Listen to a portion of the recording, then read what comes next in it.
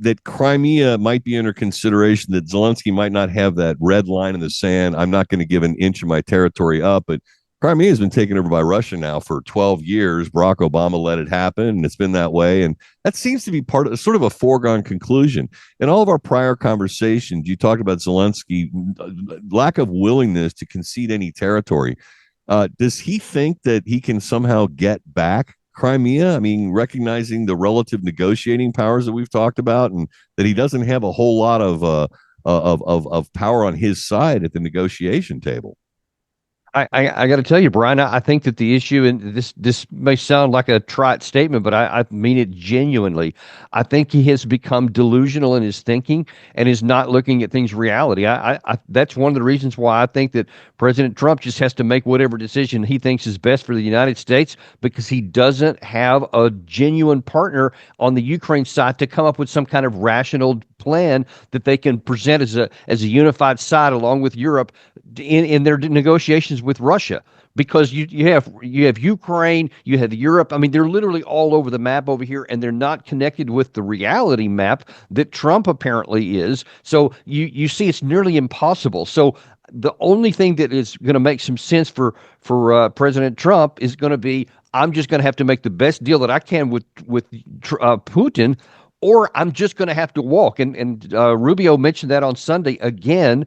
And I think that he said this week will be crucial. And I believe that Trump is now nearing the point to where he's going to say, I've tried everything I can with you guys, but you won't deal with the reality that exists on the ground. And I'm going to have to just walk away and let you guys figure it out for yourself. Because if you're not going to listen to any kind of common sense, then I can't do anything for you anyway. And that'll be he'll come under a lot of pressure from that for President Trump, but only those who are also not willing to look at reality. And I think that's where he's headed.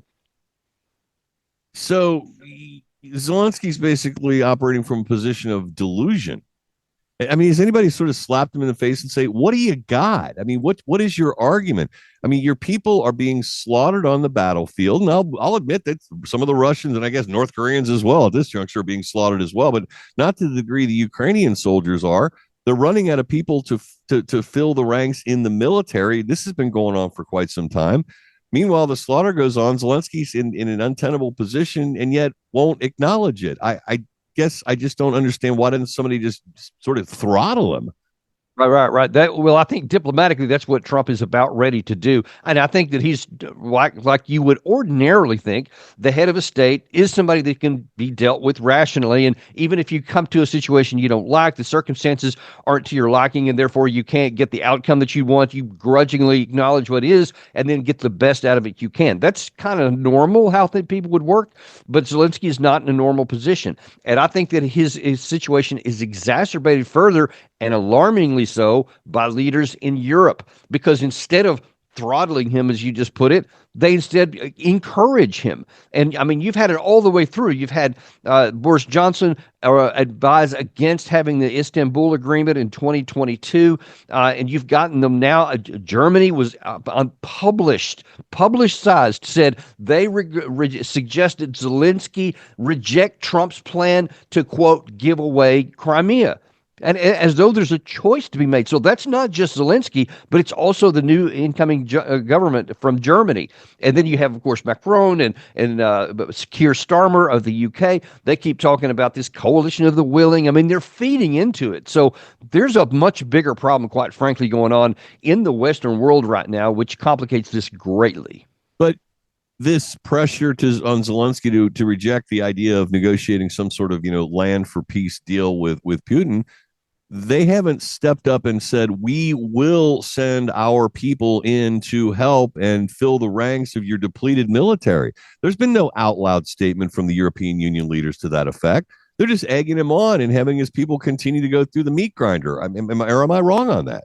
So you're not. As a matter of fact, the UK in particular has gone backwards and said, you may recall, I want to say it was as late as December, they were talking about a total European force of 200,000 is what they were looking for. And then they said, well, okay, maybe 100,000. And then they start looking at the actual numbers of who could do what. And they said, okay, all right, 60,000. And then the UK said, all right, and we'll pony up maybe 30,000.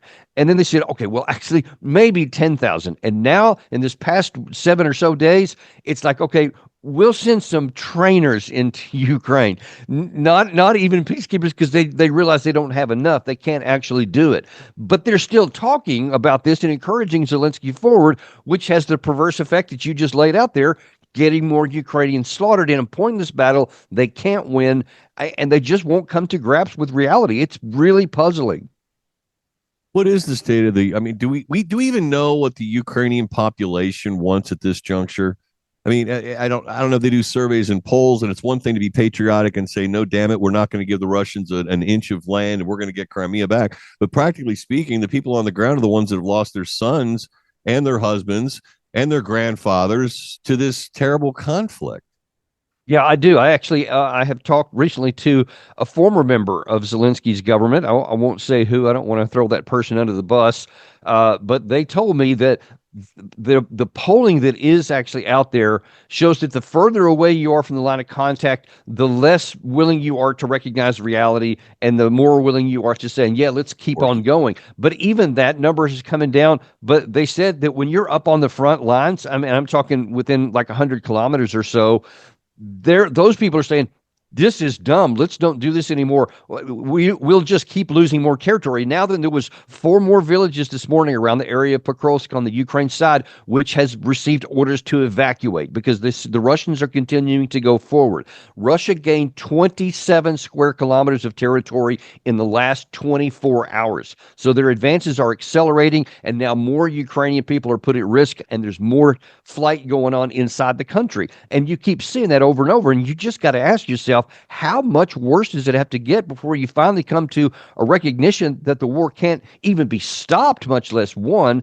But unfortunately, it looks like that there is no end in sight. And so that means this, by definition, Russia will eventually conquer what it wants on the ground, aside from negotiation, because they don't have a partner that they feel they can discuss it with. Yeah, every day that goes by, they lose even more negotiating power. Not that they have a whole lot to start with. Oh, Daniel Davis. I wish we had some really positive news to come from that front, but well, you get the Well, leader. look, at least President Trump is grounded in reality, and he's trying to do something that nobody else had done, and definitely the previous administration. So there is some positive on that.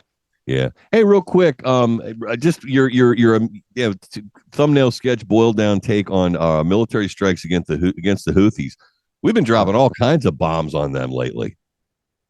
Yeah, we've been dropping bombs, and we've been losing drones, these multi-million-dollar drones. I think like 7 of them in the last week or so. And then I don't know if you noticed, but yesterday in the Red Sea, one of the Houthi missiles came so close to the aircraft carrier, one of the aircraft carriers we have in there, that we had to maneuver out in this emergency situation and lost an F-18 over the side. How does that happen, man?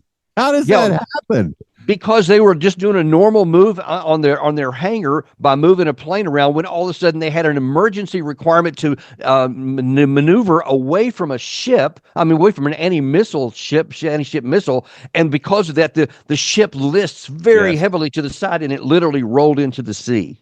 Yeah, what an embarrassment for the United States military on that score. This is a mission we can't fight. We can't win this militarily. All we're going to do is lose millions of dollars. Now it's into the billions in terms of the missile too, and you're not going to knock them out. We need to do something different.